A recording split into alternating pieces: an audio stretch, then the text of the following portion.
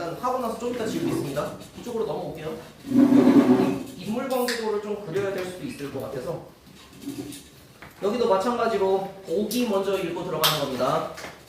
보기 겨울의 출구는 1970년대 도시 재개발 사업의 과정에서 소외된 소시민들의 삶의 애환을 사실적으로 보여준다. 여기서 소시민이라는 말은 소외된 시민 정도로 보시면 돼요.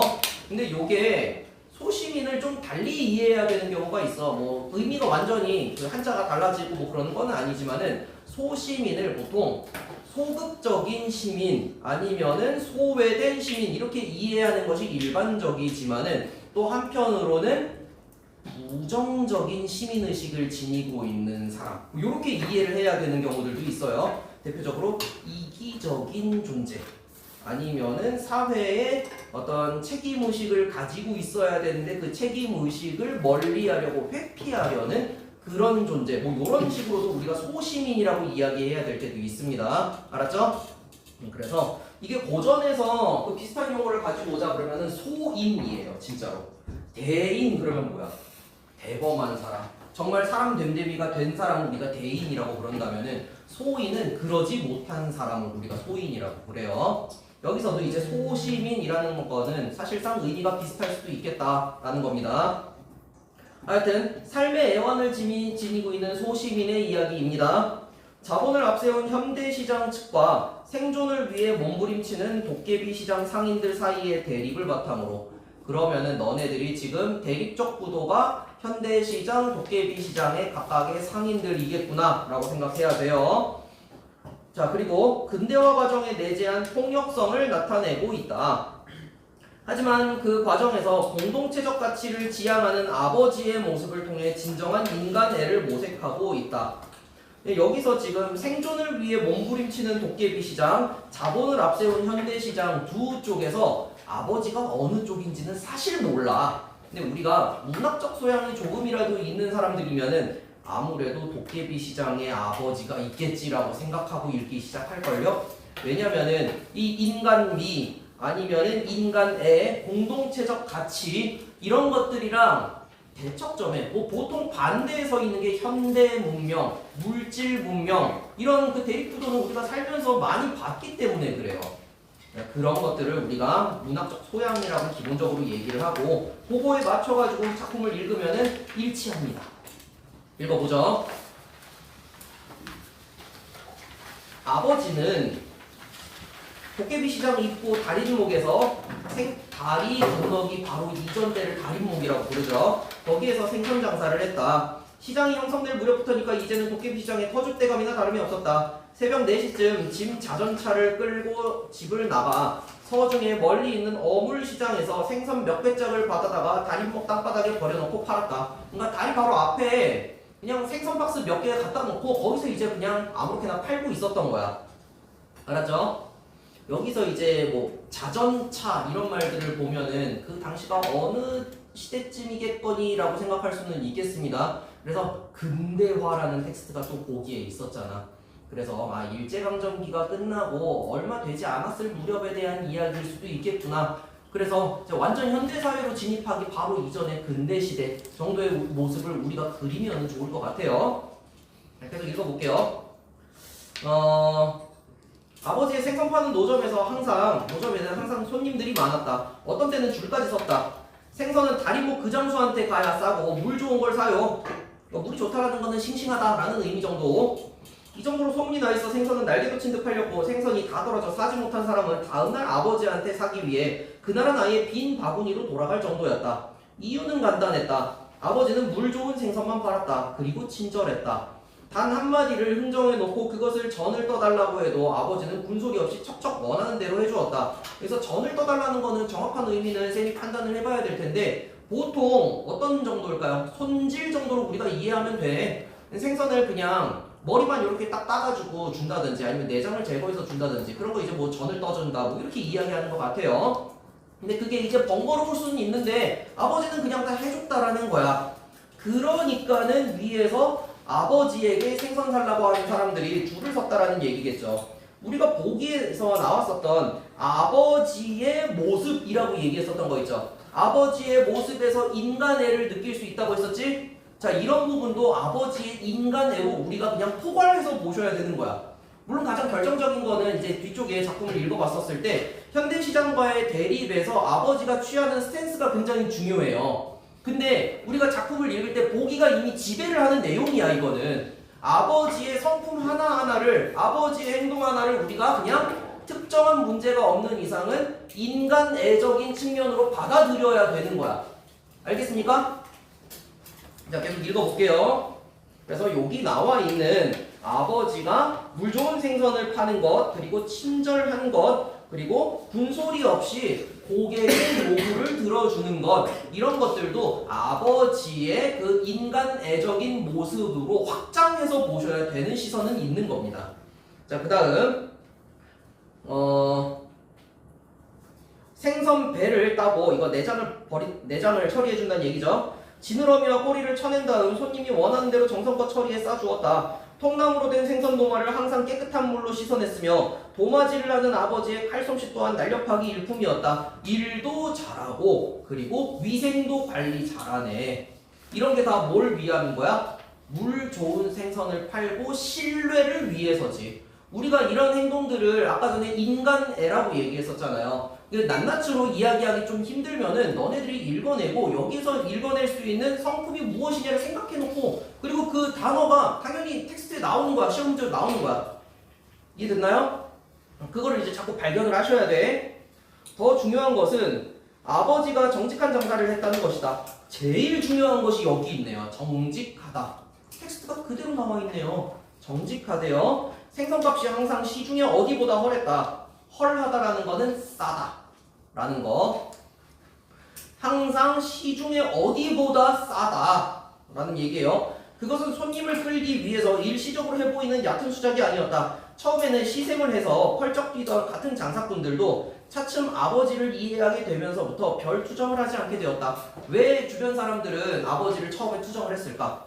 처음에 아버지한테 불만을 표했을까요? 저 아저씨는 고객 일부러 모으려고 일부러 손해 감수하면서 생선 싸게 파는 거야. 그리고 조금씩 이제 올리겠지. 다른 데 가지 못하게 막으려고. 출혈 경쟁하는 거네. 뭐 이런 생각을 했었어. 근데 시간이 좀 지나니까 어때? 이쯤 되면은 가격 다시 원상복구해야 되고 나도 이득을 챙겨야 되고 뭐 그래야 되는 사람인 것처럼 보이는데 사실 이득이랑 그렇게 크게 관심이 있게 사는 게 아닌 것 같아. 생선값을 계속 이제 허락에 팔고 있거든. 아, 그럼 얘는 이득을 중시하는 사람이 아니라 그냥 자신의 생업, 그냥 먹고 살 정도의 그런 이득만 취하면 되는 사람인 거지 욕심은 없는 사람이구나. 그러면은 냅둬라 그냥. 어차피 저기 사람들, 저 아저씨도 생선 본인이 팔 만큼만 딱 팔고 빠지니까는 우리가 돈을 버는데 크게 손해가 없는 존재였던 거야. 정직한 사람이니까. 그 아버지의 정직함과 성품 그리고 뭐 뒤쪽에 더 보면은 욕심이 없는 뭐 요런 모습들이 다른 그 경쟁하는 그 상인 장사꾼들에게 투정을 하지 않게 되는 결과까지도 이어지게 됐던 거죠. 이거는 정답이 바로 나오지 않나요? 문제에서 바로 얘기했으니까 37번의 문제가 정답이 1번이었었죠. 아버지가 큰 돈을 벌려는 욕심으로 가격을 낮춘 것이 아니라는 사실을 알게 되었기 때문이다. 욕심이 없다 라고 우리가 분석할 수는 있는 거야. 자, 그러면은 2, 3, 4, 5는 너네들이 왜 틀렸는지 한번 생각을 해봐야 되겠죠. 근데 어렵지 않았어요. 요거는 이제 생략하고 넘어가도록 하겠습니다. 다음 김씨 그 돈 벌어 다 어디다가 쌓아놓았어? 김씨 그러다가 국회의원 나가도 되겠네. 지금 문장 부호가 없어요. 근데 다른 사람의 말을 인용한 거지. 이거 누가 봐도. 그리고 한 사람의 말이 아니야. 주변 상인들의, 주변 장사꾼들의 평가나 대화 같은 것들을 인용하면서 이 아버지에 대한 평가가 어떠한지를 간접적으로 보여주고 있어요. 근데 요게 특징이 문장 부호가 없이 서술이 됐다가 특징인 거야. 요런 거는 지금 문제에서 출제를 하지는 않았었지만은 얼마든지 출제가 될 수 있는 요소예요. 다른 사람의 말을 인용을 할 거면은 문장 부호가 동원이 돼야 돼요. 근데 문장 부호가 없다가 특징인 거야. 알았어? 그럼 표현상 특징. 그 다음 아버지 곁에 장사를 하는 사람들이 농담 삼아 비아냥거렸다. 물론 그들은 아버지가 10년 동안 그 다리목에서 맨날 그걸로 돈을 모으지 못한 것을 잘 알고 있었다. 아버지를 겪어본 사람들은 누구나 고개를 갸우뚱거렸다. 거참 알 수가 없는 사람이군. 아버지에 대한 사람들의 궁금증은 컸다. 누구보다 부지런하고 성실한 만큼 자기들 생각대로 하면 엄청 돈을 벌 수 있는데도 우정, 돈을 피해가는 듯한 그 짓거리가 이해하기 힘들었을 것이다. 여기서 우정이라는 말은 뒤에 나와 있죠. 일부러라는 말의 방언이에요. 이해됐습니까? 그러면은 이런 것들은 여러분들이 그걸 반영해서 해석을 다시 한번 또 해보는 거야. 이렇게 하면 돈 엄청 벌 수 있는데 알고 있는 것 같은데 일부러 돈을 피해가는 것 같은 행동을 하는 거다 라고. 그게 처음에는 이해하기가 힘들었겠지 라는 얘기죠. 사람들이 그렇게 생각할 만도 했다. 다음으로 넘어갔어요. 사람들이 그렇게 생각할 만도 했다. 아버지는 하루 내내 생선 장사만 하지 않았다. 새벽에 생선을 받아다가 아침 나절에 다 팔아버린 다음 다시 저녁에 아침 장사에 반도 안 되는 생선을 떼어다가 팔면 그만이었다. 아버지에겐 아침 저녁으로 장사를 하는 시간을 빼면 하루 대여섯 시간의 공백이 있었다. 바로 그 시간이 아버지가 남을 위해 사는 시간이었다. 아버지의 인간애적인 측면이 조금 더 와닿는 부분이 생겼어. 남에게 배려하는 삶을 살고 있잖아요. 욕심을 부리지도 않고 남에게 배려하는 삶을 살고 있어. 아버지는 손님이 많아 절절 매는 사람들을 잠깐씩 돌봐준 다음 시장 여기저기에 쌓이기 시작한 쓰레기들을 모아 리어카에 실어 나르는 일을 했다 라고 나왔네요. 여기까지 아버지가 시장에서, 특히 도깨비 시장에서 어떻게 일을 하고 있고 어떤 삶을 살고 있고 어떤 성품인지를 우리가 짐작할 수 있게 했고, 그리고 다른 사람들과 어떤 관계를 맺고 있는지를 알았어요. 그러면 여기에서 지금 우리가 아버지를 좀 정리를 하자고. 아버지 어디 시장에 있어요?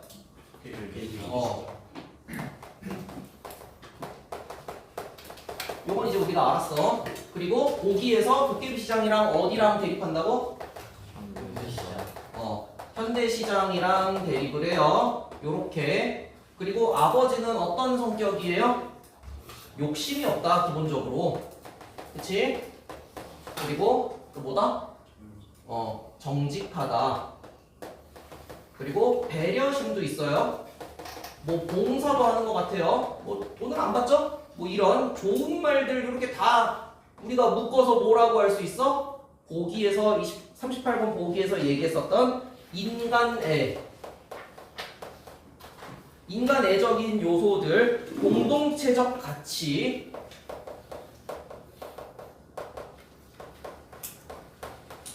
이런 텍스트들을 우리가 묶어가지고 설명하면 되는 거야.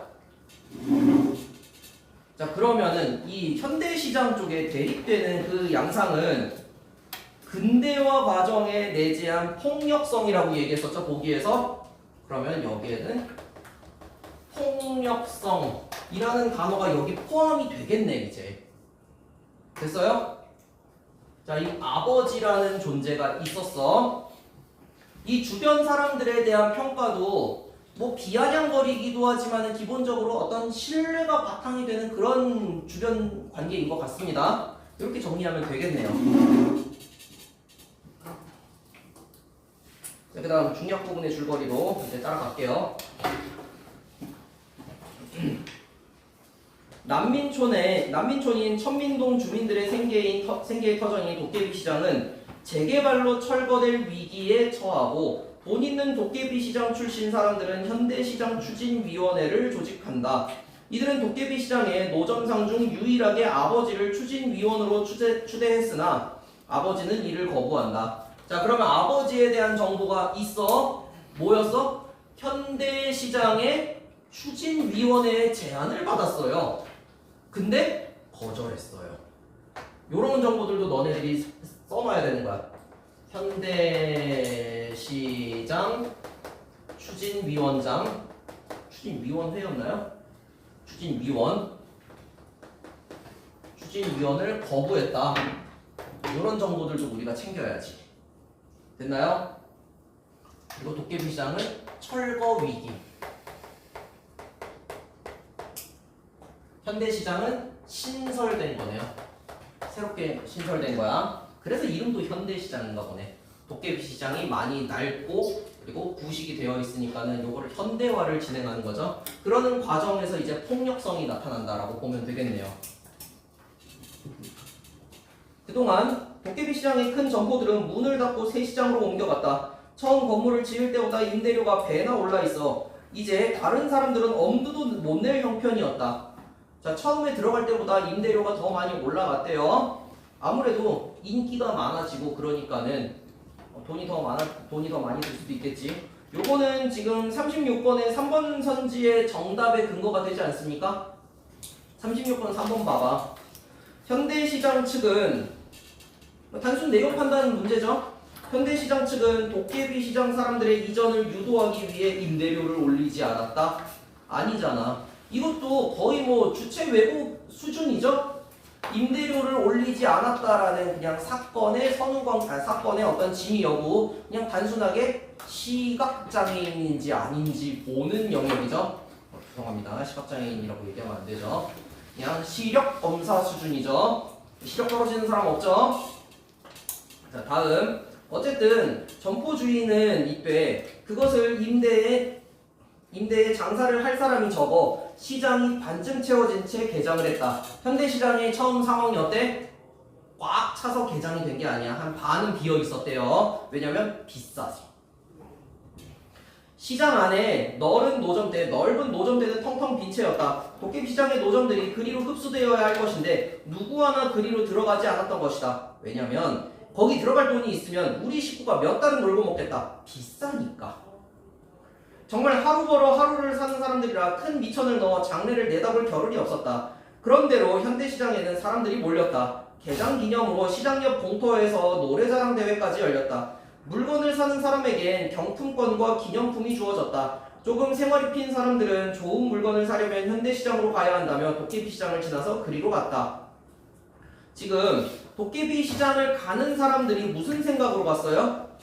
조금 이제 넉넉한 사람들, 좀 생활이 폈다라고 그러지? 그런 사람들은 좋은 물건 사려면은 도깨비시장 말고 현대시장으로 가야 된다라고 생각했어. 그래서 사람들이 이거 야단 났구먼 이라고 생각한 거야. 손님들을 다 이제 뺏겨버렸으니까. 도깨비시장 사람들은 서로 얼굴을 쳐다보며 입맛을 다셨다. 현대시장이 개장되면서 손님이 반으로 줄어든 것이다. 매상은 종전의 반도 안 되었다. 큰 물건을 팔아주는 단골들이 현대시장으로 몰린 것이다. 시장이 헐린다 안 헐린다가 문제가 아니었다. 당장 오늘 입에 풀 칠할 길이 막막했다. 당장 하루 먹고 사는 사람들이었는데 그게 절반밖에 못 버는 상황이면 어떻게 돼요? 하루에 반 끼만 먹을 수도 없고 뭐 어떡해. 쫄쫄 굶고 사는 삶이 돼버리죠 이제.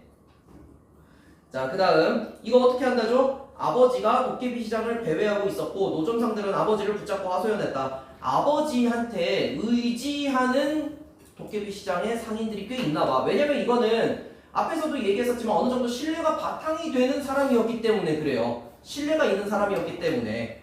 자, 그랬는데 아버지가 뭐라 그러냐면 좀 기다려봅시다. 며칠만 그런 대로 견뎌봐요. 아버지 말이 맞았다. 아버지는 또 통찰 같은 것도 있나 보네요. 정말 단 며칠이었다. 도깨비시장에 몰리는 사람들이 전이나 다름없게 된 것이다. 현대시장으로 몰린 것은 새 시장에 대한 호기심이었다. 그냥 새로 생겼다고 그러니까 한번 가볼 거야. 오픈빨이었네요. 천민동 사람들은 아직 정연하게 진열된 상점대에서 물건을 고르는 일에 익숙하지 못했다. 공연히 바가지를 쓸 것 같은 두려움이 없었다. 역시 마음 놓고 물건 뒤적이며 값 깎아내리기 좋은 도깨비시장이 생각난 것이다. 자, 바가지 쓸 것 같은 두려움이 없어 도깨비시장은. 자, 여기서 이제 도깨비시장의 성격들이 나옵니다. 바가지가 없어요. 바가지 걱정이 없는 공간이야. 그럼 현대시장은 어때요? 바가지 쓸 것 같은 공간이 돼버려요. 그리고 또 두 번째로 뭐라 그랬어요? 역시 마음 놓고 물건 뒤적이며 값 깎아내기 좋은 도깨비시장. 값 흥정이 가능하다? 요렇게 보는 거야. 왜냐면 여기 현대시장 들어가는데 삐까분 척하니까는 돈 엄청나게 들어가. 그러면은 이 돈 투자했었던 그 상인들은 어찌됐든 물건 팔아가지고 자꾸 메꿔야 된단 말이야. 처음에 돈이 많이 들었으니까. 그러니까 깎아주고 싶어도 못 깎는 상황이에요. 이런 상황이 돼버리는 거지. 그러면은 이해됐나요? 자, 그러니까는 다시 현대시장을 갔었던 그 호기심으로 가는, 호기심에 잠시 가는 공간인 거야. 하지만은 다시 도깨비 시장으로 돌아오게 되죠. 그래서 도깨비 시장이 생각이 난 것이다. 그 도깨비 시장에 햇볕에 그을린 노점상 아낙네들한테 귀부인으로 떠받쳐지던 그런 우쭐한 기분을 잊을 수가 없었다. 여기 또 우쭐한 기분. 이런 것들도 자꾸 나열하면서 보셔야 돼요. 우쭐한 기분이 뭘까요? 그 약간 좀 조잡하고 정신없고 뭐 그런 공간이야. 거기에서 내가 뭔가 갑이 된 것 같은 느낌. 고객 서비스가 좋다고 하니까는 이게 좀 VIP 대접받는 뭐 그런 느낌으로 가는 거야. 거기가 워낙 거기가 허름한 공간이었으니까. 그래서 조금만 이제 차려입고 가도 아 내가 그래도 이제 좀 뿌듯하게 돌아올 수 있는 그런 공간이 돼버리는 거죠. 그래서 그런 기분을 잊을 수가 없대. 노점상 아낙네들한테서 그런 느낌을 받을 수가 있었대요. 거짓말같이 그들은 돌아왔다. 비로소 도깨비 시장 사람들 얼굴에서 그늘이 걷혔다. 사람이 죽으란 법은 없구먼. 그러면서 가슴을 쓸어내렸다. 그러나 집에 돌아온 아버지의 얼굴은 밝지 못했다. 아버지의 얼굴에는 짙은 구름이 꼈다. 우리 식구들은 그 검은 구름의 의미를 알았다. 아니나 다를까 구름이 비를 내렸다. 자, 이거 구름이 비를 내렸다는 거는 좀 비유적인 표현인 거죠. 아니나 다를까 아버지 얼굴에 구름이 껴있는 그런 모습은 어떤 걱정이 현실로 펼쳐졌다라는 의미가 되지 않을까요? 구름이 껴있는 걸 보고 우리가 비가 내릴 거를 예상을 한단 말이야. 아버지 얼굴에 구름이 껴있어? 그러면은 아버지가 지금 무슨 일이 일어날 것 같은 얼굴을 하고 있었다라는 얘기인 거고 그 일은 현실로 일어났다라는 말의 비유적 표현이었던 겁니다. 엄청난 돈을 끌어들여 새로 세운 현대시장 측에서 가만히 앉아 파리만 날릴 턱이 없었다. 그렇다고 그들이 직접 나서서 어떻게 한 것은 아니었다. 애초에 그들이 앞뒤 따져 작심하고 벌린 일이 차질이 생길 리 없었다. 현대시장 측은 어때요? 돈을 엄청나게 들여서 갔단 말이야. 근데 사람들이 바보가 아니고 돈만 그냥 막 들여가지고 하는 게 아니야. 돈을 많이 들인 만큼 굉장히 치밀하게 준비한 공간이에요. 치밀한 공간이었던 거예요. 그러니까는 인간미가 애초에 없이 폭력성으로 관철되어 있는 공간이 되어버리는 거야. 이득을 조금이라도, 손해를 조금이라도 보면은 난리 나는 공간이 되어 있는 거야, 여기는. 그러니까는 내 이럴 줄 알았다고 라고 생각하죠. 도깨비 시장 사람들은 닥친 일에 차라리 체념한 얼굴로 멍청해졌다. 시장 지역이 재개발지구로 지정돼 겨울 안으로 정비 사업을 벌인다는 내용과 함께 해당 지역의 무허가 건물은 일제히 자진 철거하라는 철거 계급장을 받은 것이다. 요거 이제 폭력성에 가장 적합한 구절들이 나오죠.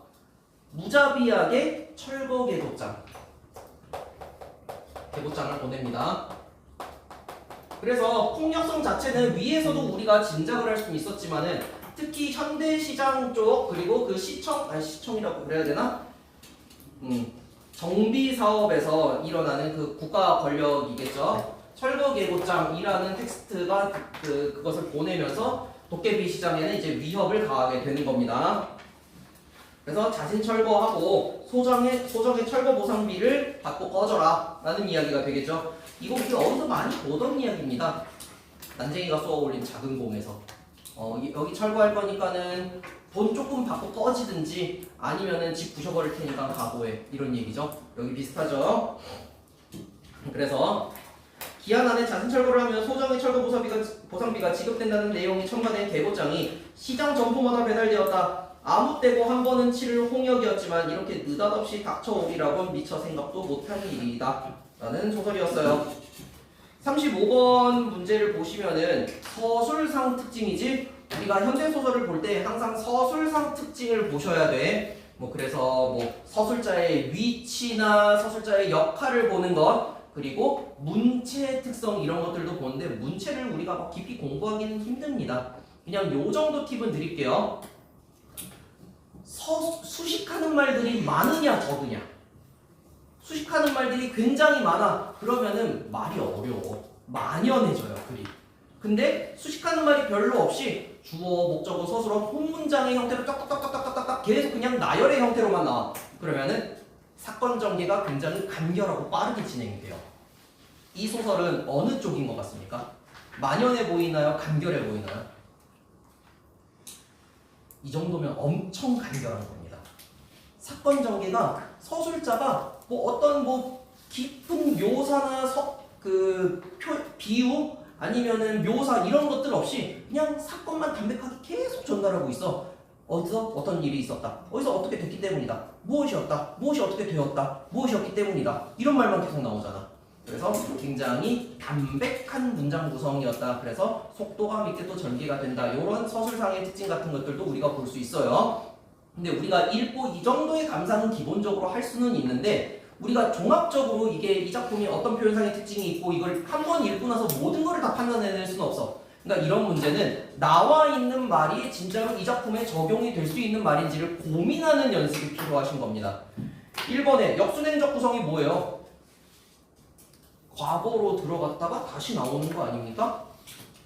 그럼 과거로 들어가는 이야기가 있습니까? 없어. 그러면 특정 인물의 과거 경험을 제시하고 있다? 글쎄 이것도 사실 알 수가 없지.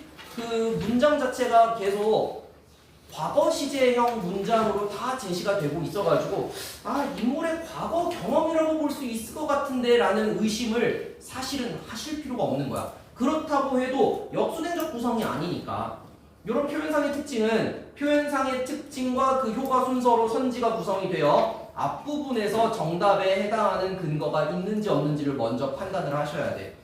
그리고 뒤에 내용이 그것과 적절한 효과인지를 생각을 하셔야 되고 보통 이제 2학년까지의 모의고사에서는 앞에 것에서 정답의 근거들이 다 나와버리죠. 그쵸? 역순행적 구성이 아니다. 2번 상징적 소재를 제시하여 갈등 해결의 실마리를 제공하고 있다. 여기서 상징적 소재 특히 38번이었나요? 거기서 폭력성이라는 단어가 나왔었어. 그 폭력성을 상징하는 단어가 철구계고장이라고 볼 수가 있을 것 같습니다. 보기에는. 그리고 또 상징적 공간, 도깨비 시장 이런 상징적 소재들 있잖아. 그 인간애가 넘치는 소박한 또는 뭐 욕심 없는 공간 뭐 이렇게 그릴 수도 있을 것 같아. 근데 하지만은 그게 갈등을 해결했냐? 갈등을 해결하는 수준이야. 오히려 이 폭력성은 이 철구계고장은 갈등을 유발하는 요소 아닙니까? 갈등을 유발이란다. 죄송합니다. 갈등을 심화하는 요소 아닙니까? 그래서 이거는 이제 뒤쪽이 틀렸다. 갈등 해결의 실마리를 제공한다가 틀린 거다. 3번 반복적인 동작을 강조하여 중심 인물의 내적 갈등을 부각하고 있다. 갈등하고 있는 것을 드러내는 행동이 계속 반복이 됐대. 그런 거 없었잖아요. 없죠? 오히려 아버지의 행동들은 반복적인 어떤 배려, 봉사, 정직한 행동들이 반복이 됐다고는 할 수는 있겠습니다. 근데 이 3번 선지는 어떤 생각으로 만들었는지 솔직히 좀 의문이 될 정도로 이거는 거의 뭐 바로 걸러지는 선지였을 것 같습니다. 정답은 4번이었었죠. 이야기 내부의 서술자라는 말이 몇 인칭입니까? 1인칭이야. 요런 선지 잘 보셔야 돼요. 인칭과 역할을 많이 물어봐요. 서술자의 위치와 역할 중심으로 여러분들이 이론을 확립하셔야 돼. 사건 내부에 있는, 소설 내부에 있는 서술자면 1인칭이야. 특정 인물의 주변에서 일어나는 일이야. 그러면은 특정 인물 중심으로 내가 관찰하고 본다는 얘기 아니에요? 1인칭 관찰자 시점 아버지를 대상으로 쓰는 이야기잖아요. 그러면은 정답은 4번. 그 다음 5번. 요 선지는 여러분들 좀 고난도의 선지가 되겠습니다. 이거를 알고 있으면은 그리고 또 요런 이론을 알고 있으면은 이건 시험 문제로 나오면은 존나 어렵다. 또 아니면은 이거 완전히 출제 요소가 되겠구나 라는 것이 되겠습니다. 특히 3학년에서는 이런 이론들 잘 보셔야 돼요. 방금 천둥 친 건가요? 오늘 비 온다 했나? 그래요? 우산 다들 있나요? 네, 없는 사람 그냥 그거 되세요. 그렇죠? 자, 볼게요. 공간 이동에 따라 초점 인물을 달리하여. 일단 공간 이동은 나중에 생각할게요. 초점 인물 또는 초점 화자라는 거를 생각을 하세요. 요거는 이론을 그냥 좀 그릴게요. 소설에 이야기가 있어요. 소설 이야기 주머니가 이렇게 있어. 서술자는 3인칭인 거야 이때. 여기에 인물 A가 있고 사건이 있어요. 서술자가 A 중심으로 사건을 본다는 얘기인 거야. A가 여기서 누구야? 초점 화자 또는 여기서 선지에서 얘기하는 초점 인물 인치는 몇 인칭이에요? 3인칭이야. 그리고 A라는 인물의 심리와 성격을 알고 있어. 사실 사건도 알고 있어 얘는. 그러면 전지적 작가 시점이야. 요 말을 보자마자 아 이거 전지적 작가 시점이네 라는 거를 떠올리면 니네들이 3학년이야 이제. 알겠습니까? 그래서 요거는 기본적으로 전지적 작가 시점 이야기예요.